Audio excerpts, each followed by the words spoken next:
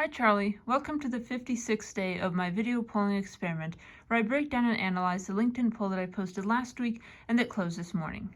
Now, since March is the month of March Madness basketball, I thought it would be timely to ask the poll question, how much do you like basketball? There were 4 answer choices: love it, it's okay, meh, and hate it. Now, 81 people ended up voting on this poll, which is not bad because my average votes per poll is about 80 to 85, but I did expect a bit more of a response since it is March Madness and this is the month when people are supposed to be creating those brackets to predict who's going to win the ultimate championship. I admit I don't know very much about basketball, so if my terminology is a little off, I'm very sorry. But anyway, I thought this was the prime month to ask about basketball, so getting an average response on that was a bit disappointing, but perhaps understandable. I don't really believe that my poll voters are particularly large sports enthusiasts, at least compared to the general U.S. population and other very specific populations who might be a bit more enthusiastic about basketball, which I completely understand. Anyway, I'm grateful for the 81 individuals who did vote on the poll, and here is how the distribution ended up breaking down. 31% of these 81 voters said they love basketball. 40% said it's okay. 28% said basketball is meh, and 1% said they hated basketball.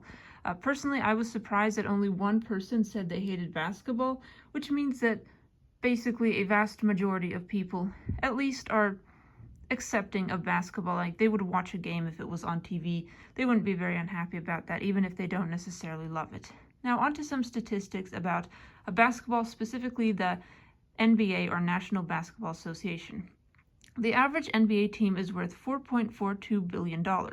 20 years ago, the average NBA team was worth $265 million. That means that the value of the average NBA team has increased by 16.7 times in 20 years. That's well outpacing inflation. Just goes to show you just how fantastic of a job the NBA has done at promoting itself and making its basketball games a cultural touching point. For instance, you have LeBron James and Stephen Curry, those big names that are drawing in a lot of viewers. I admit I don't know many other famous basketball players. There was Kobe Bryant, who was unfortunately passed away in that tragic helicopter crash, but I'm just not aware of any other players. Anyway, the NBA earned $11.34 billion in revenue during the 2024 to 2025 season. The average NBA team's payroll is an astonishing $169.6 million. And someone like LeBron James or Stephen Curry, some of those big names with a lot of basketball talent, they can easily pull salaries of up to $50 million. 11.3 million people watched the 2024 NBA Finals, and 20% of the U.S. population consider themselves avid NBA fans. I admit I am not one of those individuals. However, I do respect people who are massive fans of basketball.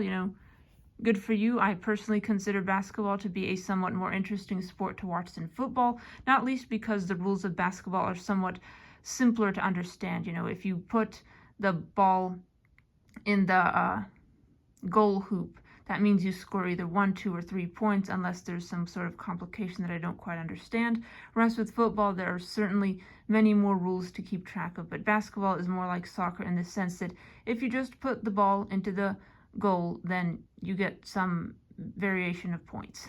So anyway, Charlie, thank you for listening to my spiel about basketball. And before I go, I will show you the poll as it appears on the LinkedIn website, just to prove that I'm not making these statistics or this distribution up. Here's the poll as it appears on LinkedIn. As you can see, it got 81 votes.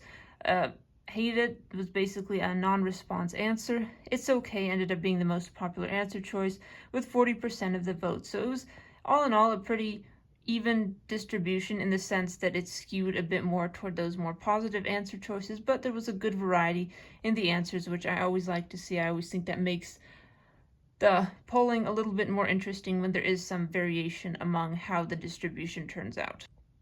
Anyway, Charlie, thank you so much for listening to my little spiel about basketball. I try to keep my topics up to date and trending to a certain extent. I do try to keep in mind that time of year, kind of have that calendar in mind so that I'm not missing any of these major events.